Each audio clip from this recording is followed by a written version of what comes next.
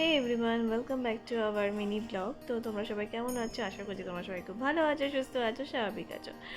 তো তোমাদের সামনে আজকে আমি নতুন যে ব্লগটা নিয়ে এসেছি, সেদিন ছিল আমাদের বাড়িতে বুদ্ধ পূর্ণিমার পুজো। বুদ্ধ পূর্ণিমাতে নারায়ণ পুজো ছিল আমাদের বাড়িতে। তো আমাদের বাড়িতে নারায়ণ পুজোটা বুদ্ধ পূর্ণিমায় প্রত্যেক বছর হয় না, এবছর প্রথম।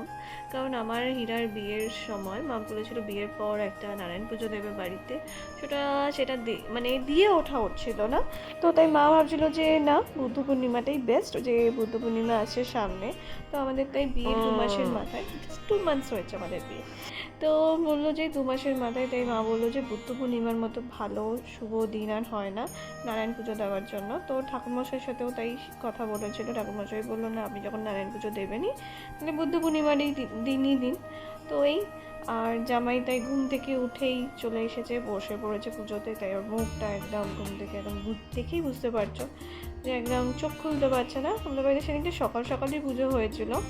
ঠাকুরমশাই, হ্যাঁ, এটা আমি দেখলাম বুদ্ধ পূর্ণিমা নারায়ণ পুজোটাও দেখলাম যে লক্ষ্মী পুজোর মতোই দেখলাম যে ঠাকুরমশাই বললো একটা টাইমে আমাদের বাড়িতে পুজোর টাইমিং দিয়েছিল সকাল 7টায়। আমরা সেই বুঝেই উঠে পড়ে মা তো আমার আগে ভোর 4টের সময় উঠেই মা কোনো সব পরিষ্কার করে রেডি ফেডি করে রেখেছিল। তো 7টায় টাইম দিয়ে ঠাকুরমশাই আসলো 8:30টায়। তো 8:30 মানে ওই তাই জন্য। আর এদিকে হীরা কনস্ট্যান্টলি মামার পেছনে লেগে যাচ্ছে, আর কি মারছে ওই দুর্বা দিয়ে, কারণ নারায়ণ পুজোতে তো দুব্বার মাস্ট। তো মা আর মামা আবার দুব্বো নিয়ে খালি মা ওই টপের মধ্যেই দুব্বো রাখে, কারণ এমার্জেন্সি পারপাসে যেন কাজে লেগে যায়। সত্যি তাই সেদিনকে তাই মার ওই দুব্বোই আমাদের এমার্জেন্সি পারপাসে দুর্বো লাগবে, অনেক দুর্বলই লাগে। তো যজ্ঞেতেও নাকি দুব্বো লাগে নারায়ণ পুজোতে মেন। তো ওই দুব্বো টুব্বো আনা হলো, তারপরে ওই নিয়ে তারপরে আমার বাড়িতে সবাই মিলে একসাথে পুজো করলাম। খুব ভালোই পুজো হয়েছিল ওই দিন, আমরা সবাই খুব মজা করেছিলাম একসাথে। তো যজ্ঞ টজ্ঞ হয়েছিল। আর ওই দিন ঠাকুরমশাই ছিল বহুত ফার্স্ট, কারণ বললামই যেটা লক্ষ্মী পুজোর মতোই ছিল বুদ্ধ পূর্ণিমাতে নারায়ণ পুজোটা সবার বাড়িতে বাড়িতে হয়।